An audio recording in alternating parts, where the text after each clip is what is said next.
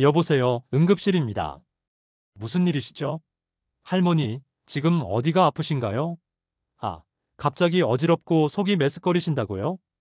언제부터 그러셨나요? 어제 저녁에 참치회를 드셨다고요? 지금 바로 응급실로 오세요.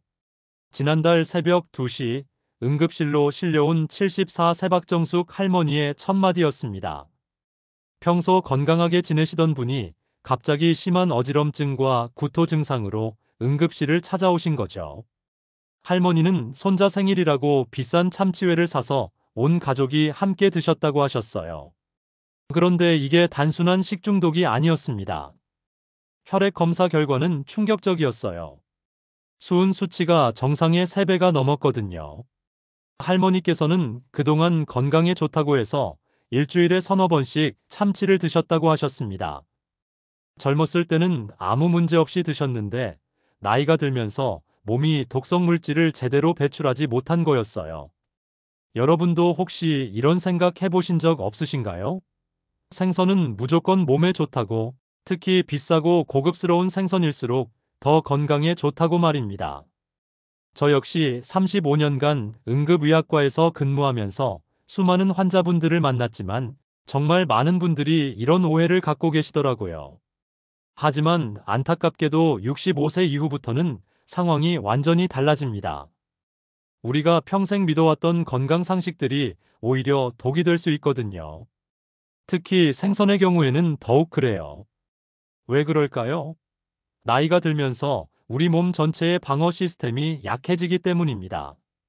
독성 물질을 처리하는 능력부터 각종 병원균과 싸우는 힘까지 젊었을 때 당연했던 것들이 더 이상 당연하지 않게 돼요.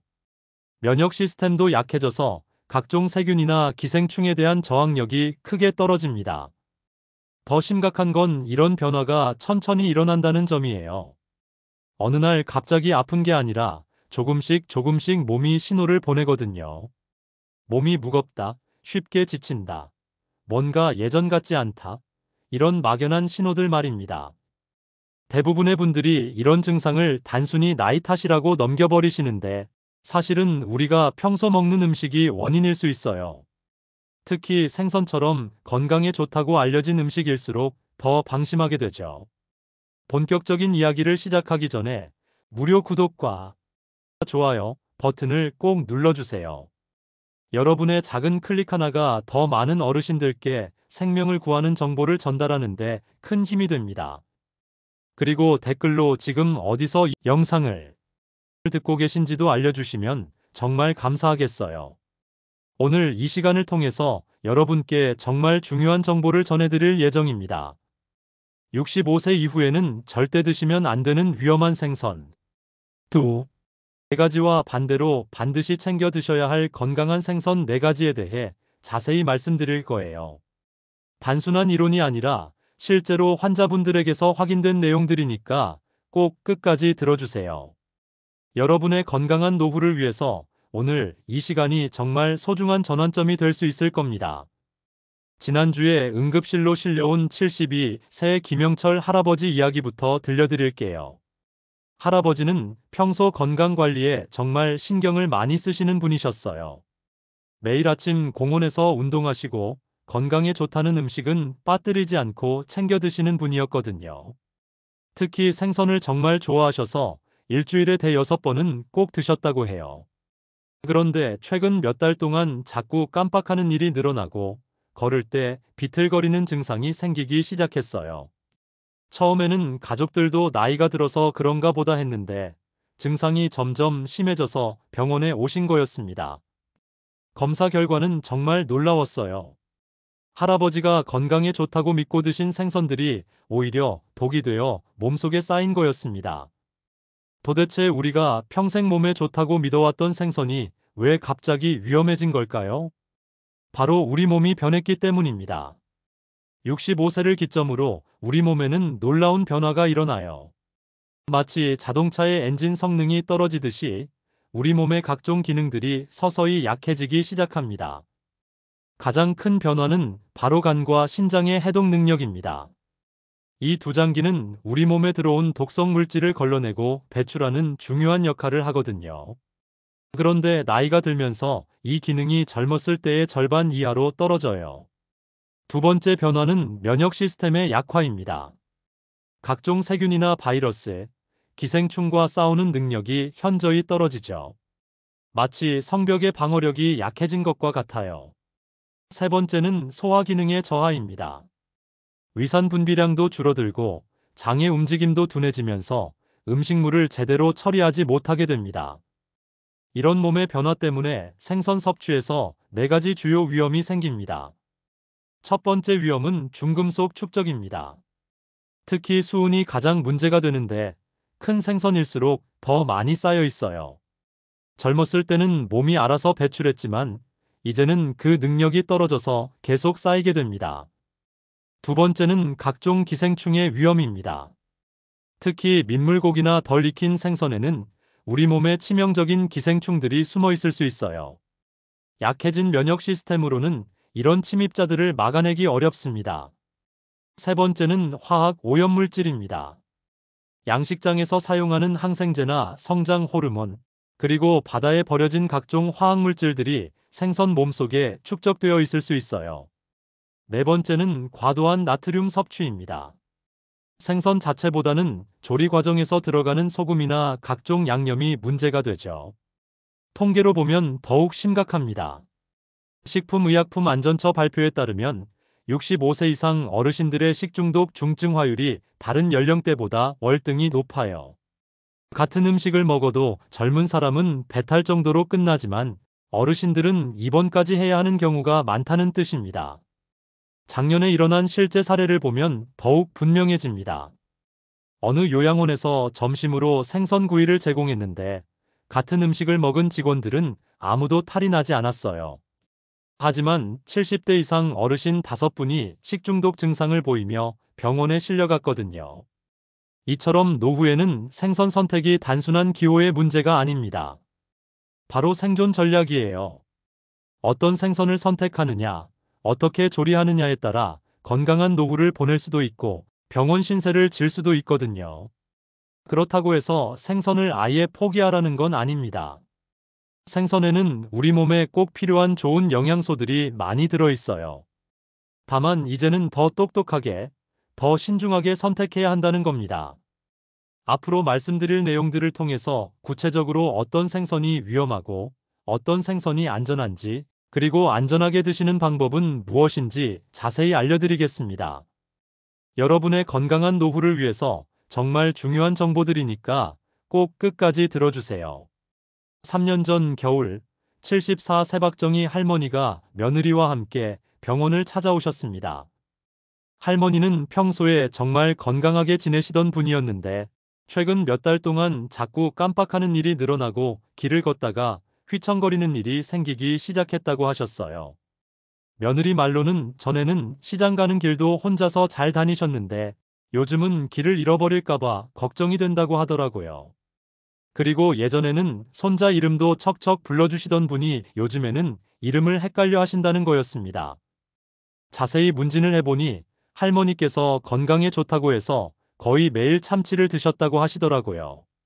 참치캔도 자주 드시고 일주일에 2~3번은 참치회도 사드셨다고 해요. 손자가 참치를 좋아한다고 해서 비싼 참치도 자주 사주셨고요.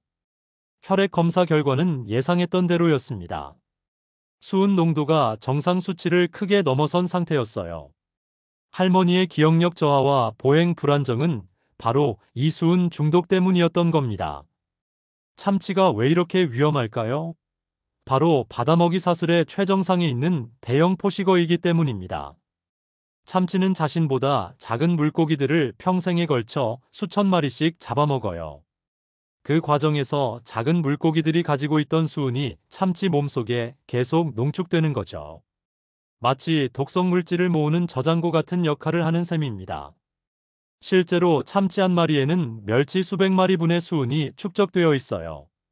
그래서 참치 한 점을 드시는 것만으로도 엄청난 양의 수은을 섭취하게 됩니다.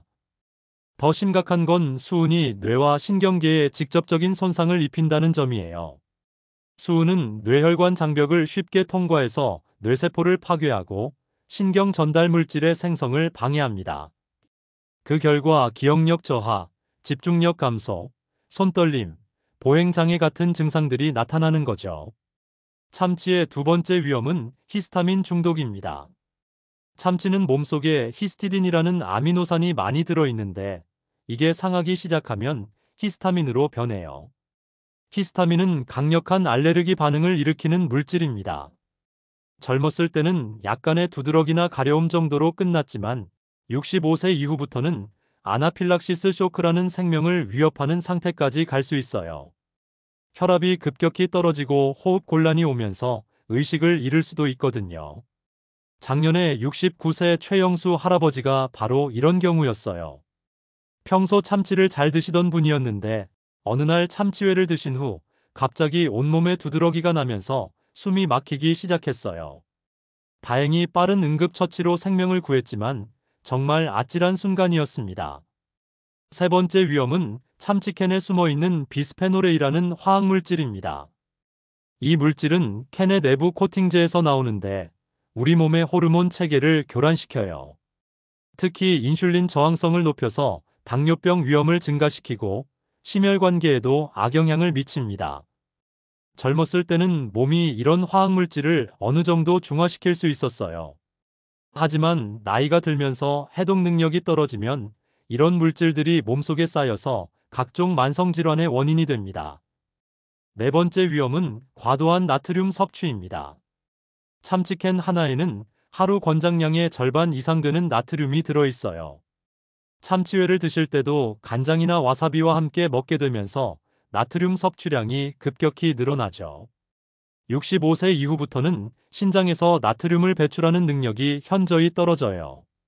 그러면 혈관벽에 압력이 가해지면서 혈압이 올라가고 심장에도 무리가 갑니다. 이미 고혈압이나 심장질환이 있으신 분들에게는 더욱 위험해요. 그런데 정말 놀라운 건 박정희 할머니의 회복 과정이었어요. 참치를 완전히 끊고 체내 수은을 배출하는 치료를 받으신 후 6개월이 지나자 기억력이 서서히 돌아오기 시작했어요.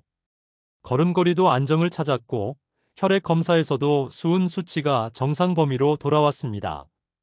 할머니께서는 퇴원하시면서 이런 말씀을 하셨어요.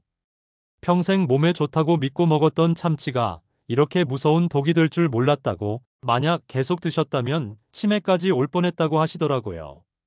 이처럼 자연산 참치든 양식 참치든 참치회든 참치캔이든 상관없이 65세 이후부터는 반드시 피해야 하는 생선입니다.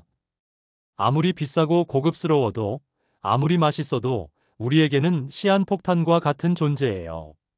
손자가 좋아한다고, 가족 모임에서 격조 있어 보인다고 해서 참치를 선택하시는 분들이 많은데 이제는 정말 생각을 바꾸셔야 합니다. 여러분의 건강한 노후가 참치 한 접시보다 훨씬 더 소중하니까요. 작년 가을 71세 정만수 할아버지가 복통을 호소하며 응급실로 오셨습니다. 할아버지는 한 달 전부터 속이 자꾸 아프고 소화가 잘 안 된다고 하셨어요. 처음에는 단순한 소화불량이라고 생각했는데 점점 기운이 없어지고 얼굴색도 누렇게 변하기 시작했다고 하시더라고요. 자세히 물어보니 할아버지께서는 고향 친구들과 정기 모임을 갖고 계셨는데 그때마다 붕어찜이나 붕어회를 즐겨 드셨다고 해요. 특히 고향에서 직접 잡은 붕어로 만든 회를 정말 좋아하셨거든요. 옛날 생각도 나고 몸에도 좋다고 생각하셔서 한 달에 서너 번은 꼭 드셨다고 하시더라고요. 검사 결과는 정말 충격적이었습니다. 간 기능 수치가 정상의 3배 이상 올라가 있었고 정밀 검사를 해보니 간디스토마라는 기생충이 발견됐어요. 붕어회를 통해서 기생충이 몸속으로 들어가서 간에 자리 잡고 염증을 일으킨 거였습니다. 민물고기 기생충의 무서운 점은 바로 이 간디스토마입니다. 이 기생충은 민물 달팽이에서 시작해서 민물고기를 거쳐 사람에게 들어와요. 일단 우리 몸에 들어오면 간의 담관으로 이동해서 그곳에 정착합니다. 간디스토마가 담관에 자리 잡으면 어떤 일이 일어날까요? 담관이 막히면서 담즙의 흐름이 방해받아요. 그러면 간에 염증이 생기고 심한 경우에는 간경변이나 담관암까지 발생할 수 있습니다. 이 모든 과정이 조용히 진행되기 때문에 증상을 느꼈을 때는 이미 상당히 진행된 상태인 경우가 많아요. 더 무서운 건 페디스토마라는 기생충도 있다는 점이에요. 이건 폐로 이동해서 기침과 가래, 심하면 객혈까지 일으킵니다. 작년에 73세 김순떡 할머니가 계속되는 기침 때문에 병원에 오셨는데 처음에는 감기나 폐렴인 줄 알았어요. 그런데 약을 써도 낫지 않아서 정밀 검사를 해보니 페디스토마 감염이었거든요. 할머니께서는 손자가 낚시로 잡아온 민물고기로 매운탕을 끓여 드셨다고 하시더라고요. 충분히 끓였다고 생각하셨는데 기생충 알이 완전히 죽지 않은 상태에서 드신 거였습니다. 기생충의 생존력은 정말 놀라워요. 끓는 물에서도 10분 이상은 가열해야 완전히 죽고 냉동으로는 영하 20도에서 일주일 이상 보관해야 해요. 대부분의 가정에서 하는 일반적인 조리 방법으로는 기생충을 완전히 제거하기 어렵다는 뜻입니다. 기생충 외에도 민물고기에는 또 다른 위험이 숨어 있어요. 바로 세균 감염입니다. 민물은 바닷물과 달리 염분이 없어서 각종 세균들이 번식하기 좋은 환경이에요. 특히 여름철에는 비브리오균이나 살모넬라균 같은 위험한 세균들이 민물고기에 붙어 있을 가능성이 높습니다. 65세 이후부터는 위산 분비량도 줄어들어요. 위산은 우리 몸에 들어온 세균을 죽이는 첫 번째 방어선인데 이 기능이 약해지면 같은 세균에도 훨씬 심하게 반응하게 됩니다. 민물고기의 또 다른 문제는 환경 오염입니다. 우리나라의 강과 호수는 인구 밀도가 높은 지역을 지나가면서 각종 오염물질에 노출돼요. 공업 폐수, 농약, 생활하수가 흘러들어가면서 중금속이나 화학물질이 민물고기 몸속에 축적됩니다. 바다는 넓어서 오염물질이 희석되지만 강이나 호수는 상대적으로 좁은 공간이라 오염 농도가 높아져요. 이런 환경에서 자란 민물고기를 계속 드시면 몸속에 독성 물질이 쌓여서 간이나 신장에 부담을 주게 됩니다. 정만수 할아버지는 다행히 빠른 치료로 회복하셨지만 완전히 나으려면 6개월 이상의 장기 치료가 필요했어요. 기생충을 없애는 약을 복용하시면서 간 기능이 회복될 때까지 기다려야 했거든요. 할아버지께서는 치료를 받으시면서 이런 말씀을 하셨어요. 평생 고향 음식이라고 해서 안전하다고 생각했는데 옛날과 지금의 환경이 이렇게 다를 줄 몰랐다고 하시더라고요. 그렇다면 민물고기는 아예 드시면 안 되는 걸까요? 가장 안전한 방법은 완전히 피하는 것입니다. 하지만 정말 드시고 싶으시다면 몇 가지 원칙을 반드시 지키셔야 해요. 첫째, 절대 회로 드시지 마세요. 어떤 민물고기든 날 것으로는 절대 안 됩니다. 둘째, 기생충을 완전히 박멸하려면 15분 이상 고온에서 조리하세요. 기생충 알은 생각보다 질겨서 겉만 익혀서는 살아남을 수 있어요. 셋째, 냉동 보관을 하실 때는 영하 20도 이하에서 최소 일주일 이상 보관하신 후에 조리하세요. 하지만 가장 현명한 선택은 민물고기 대신 안전한 바닷물 고기를 선택하는 것입니다. 여러분의 건강한 노후를 위해서는 어릴 때 추억이 담긴 음식이라도 과감히 포기하는 용기가 필요합니다. 그렇다면 참치와 민물고기를 피해야 한다면 도대체 어떤 생선을 드셔야 할까요? 많은 분들이 이런 질문을 하시거든요. 걱정하지 마세요. 안전하면서도 몸에 좋은 생선들이 분명히 있습니다. 먼저 연어를 말씀드릴게요. 지난달에 72세 이영숙 할머니가 정기검진을 받으러 오셨는데 정말 놀라운 일이 있었어요. 할머니께서는 2년 전부터 일주일에 2번씩 연어를 드셨다고 하시더라고요. 그런데 혈액 검사 결과를 보니 콜레스테롤 수치도 좋아지고 염증 수치도 현저히 낮아져 있었어요. 연어는 참치와 달리 먹이 사슬의 중간 정도에 위치해서 수은 축적량이 훨씬 적습니다. 대신 오메가3 지방산이 풍부해서 혈관 건강에 정말 좋아요. 특히 나이가 들면서 혈관이 딱딱해지고 막히기 쉬운데 연어의 오메가3가 이런 문제를 예방해 줍니다. 두 번째로 추천하는 생선은 정어리입니다. 정어리는 작은 생선이라서 수은이나 중금속 축적 위험이 거의 없어요. 대신 칼슘과 비타민 D가 풍부해서 뼈 건강에 특히 좋습니다. 나이가 들면서 골다공증이 걱정되시는 분들께는 정말 훌륭한 선택이에요. 작년에 78세 박철수 할아버지께서 넘어져서 손목을 다치신 적이 있어요. 엑스레이를 찍어보니 뼈가 생각보다 튼튼하더라고요. 물어보니 할아버지께서 10년 전부터 꾸준히 정어리를 드셨다고 하시더라고요. 같은 나이에 다른 분들보다 뼈 밀도가 훨씬 좋았어요. 세 번째는 고등어입니다. 고등어도 연어처럼 오메가3가 풍부하면서도 비교적 안전한 생선이에요. 특히 우리나라 근해에서 잡히는 고등어는 신선도도 좋고 영양가도 높습니다. 다만 고등어는 상하기 쉬운 생선이니까 반드시 신선한 것을 골라서 빨리 드시는 게 중요해요. 네 번째로 청어를 추천합니다. 청어는 비타민 D의 훌륭한 공급원이에요. 나이가 들면서 햇빛을 쬐 기회가 줄어들고 피부에서 비타민 D를 만드는 능력도 떨어지거든요. 청어를 꾸준히 드시면 이런 비타민 D 부족을 보충할 수 있습니다. 그런데 아무리 좋은 생선이라도 안전하게 드시는 방법을 알아야 해요. 먼저 큰 포식어류는 반드시 피하세요. 참치, 상어, 황새치 같은 대형 어류는 모두 수은 축적 위험이 높습니다. 민물고기는 될 수 있으면 아예 선택하지 마시고 부득이한 경우라면 속까지 완전히 익도록 충분한 시간을 두고 조리하세요. 특히 회나 덜 익힌 상태로는 절대 드시면 안 됩니다. 소형 해산물 위주로 선택하시는 게 가장 안전해요. 멸치, 정어리, 고등어, 청어처럼 작은 생선들은 상대적으로 안전하면서도 영양가가 높습니다. 보관할 때도 주의하셔야 해요. 생선을 사오시면 바로 냉동고에 넣어서 영하 20도 이하로 보관하세요. 그리고 한번 해동한 생선은 절대 다시 냉동하지 마세요. 세균 번식의 원인이 될 수 있거든요. 조리할 때는 반드시 15분 이상 가열해서 드세요. 겉보기에 익은 것 같아도 속까지 완전히 익지 않은 경우가 많아요. 특히 두꺼운 생선일수록 더 오래 가열해야 합니다. 연령대별로 주의할 점도 다릅니다. 60대에는 혈압과 혈당 관리가 중요하니까 생선 섭취량을 조금씩 줄여나가세요. 일주일에 서너 번 정도가 적당해요.